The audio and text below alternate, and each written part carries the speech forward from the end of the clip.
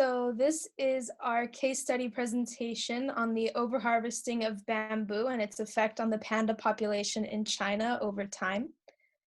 Um, so first I will be introducing the general idea of the issue and its effect on the species. So, the Chinese have been using bamboo as a resource for over 7,000 years, but over time demand has grown and the bamboo forests have been overexploited, specifically in the Sichuan, Shanxi, and Gansu provinces. The deforestation of bamboo has proven to be a problem for the giant pandas that live there. The bamboo that giant pandas survive on is being chopped down to be made into commercial goods, ranging from decor to cookware and many more products. And once bamboo became a more lucrative product after China industrialized, the forests were chopped down for the purpose of exporting bamboo as a product. The giant pandas who live in the bamboo forest are animals that don't travel far in their lifetime, and they spend most of their time alone, eating bamboo and sleeping. So the deforestation of the bamboo they consume has resulted in habitat fragmentation, which has caused mating frequency to drop significantly. As a result of this, the species has been named a national treasure in China, and efforts are being made to preserve the species, which is now named as vulnerable on the IUCN's red list.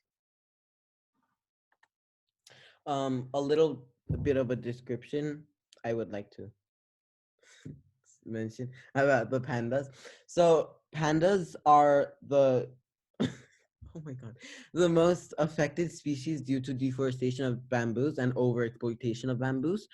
They are case strategists that are endemic to South Central China, and they're characterized by their appearance. They have black patches across their body, and they're white as well.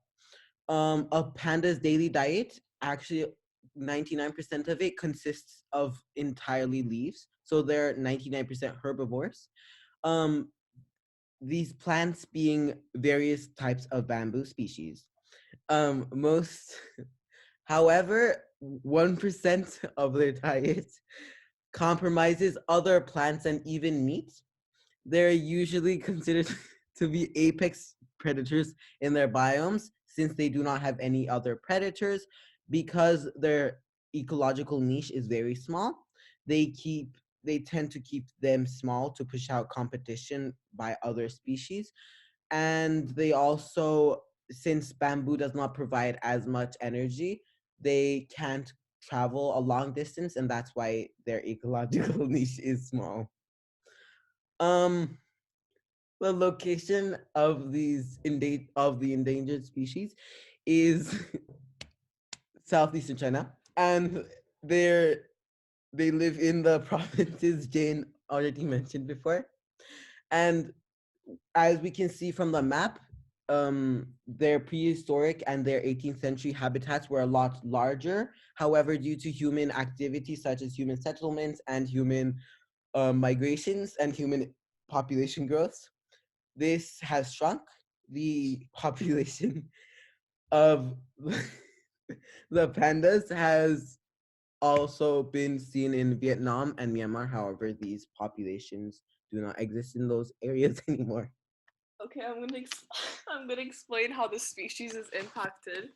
So first off, bamboo is used in many ways, such as for construction materials, furniture, food, timber, fuel wood, agriculture, and infrastructure. And according to the Guardian, traded products from cultivated bamboo, which is valued at 1.7 billion, are furniture and paper, and it has an estimated 2.5 billion people who trade or use bamboo, and this just shows the increasing demand on bamboo. And the giant panda is greatly impacted by the overharvesting of bamboo, and this leads to the fragmentation of forests, as Jane earlier mentioned. And this leads to an isolated panda population, which prevents them from breeding.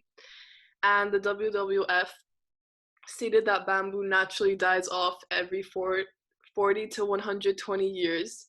and pandas would migrate to new areas for food, although now with the harvesting of bamboo, this has become a new challenge for pandas that they must face.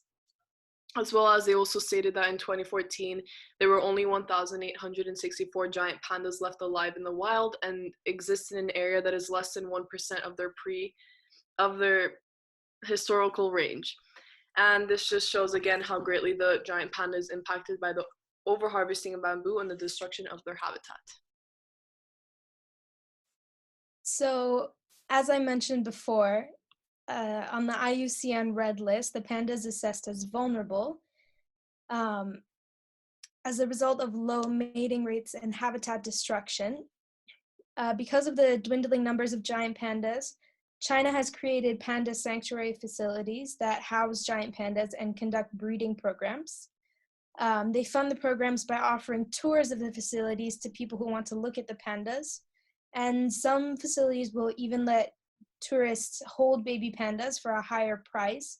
And although the hands-on interactions with the pandas have been called into question in the past, these facilities have helped improve the giant panda's status from endangered to vulnerable in the past 30 years, which is a great leap in restoring the population.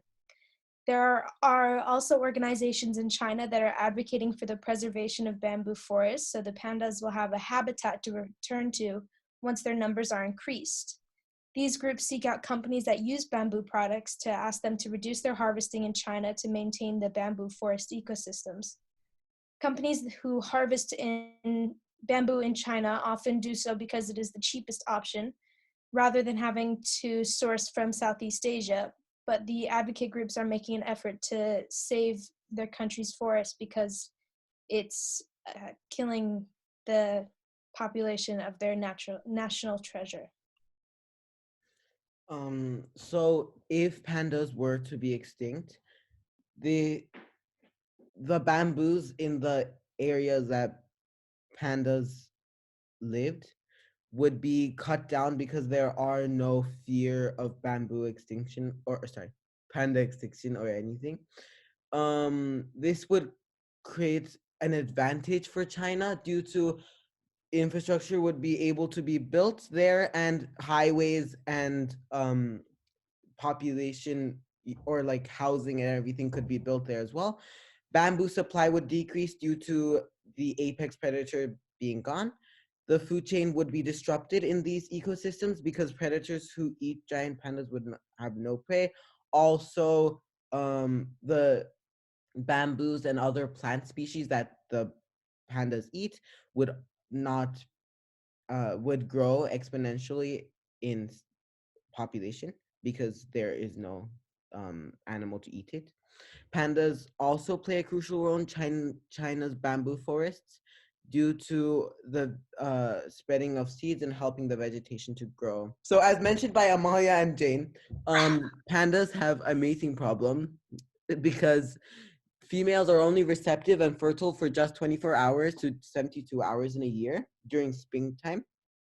And according to the director of one research center in Sichuan, less than 5% of male pandas in captivity can naturally mate. So this caused a lot of problems in the mating cycle of pandas, which causes the pandas' population size to always be low. Pandas are also really picky with their female partners, and due to this, the population of pandas are always considered to be low.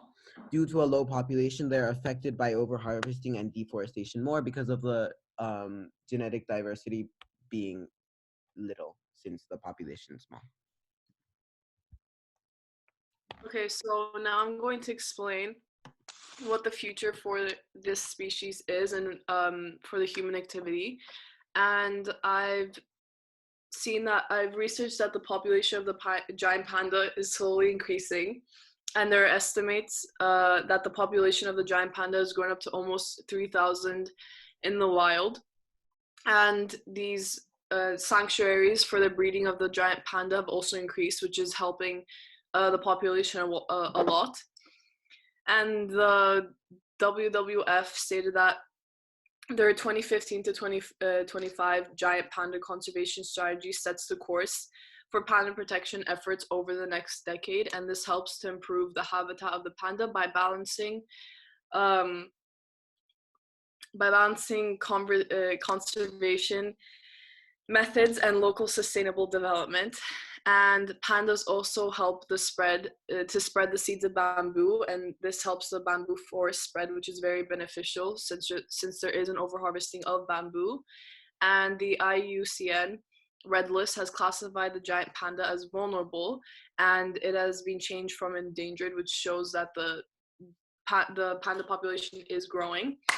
And and then the Chinese government is also setting up a network of natural reserves and enforcing anti-poaching and anti-logging laws, according to the China Daily. And although bamboo is continuing to be cut down at high rates, although bamboo is continuing to be cut down at high rates because the demand for bamboo is not decreasing in China, yet the population and conservation methods for pandas have increased.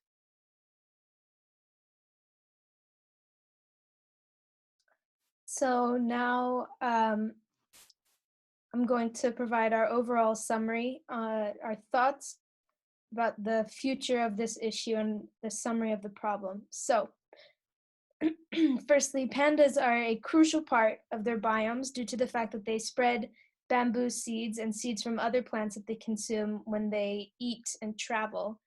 And although they don't travel that far, we can see that they do help in the pollination process in their environments. We can also see that overharvesting and the effects that deforestation has on the pandas and the ecosystem has caused many environmental problems, with fewer carbon sinks and more flatlands, increasing the chances of flooding, which puts the ecosystem at high risk.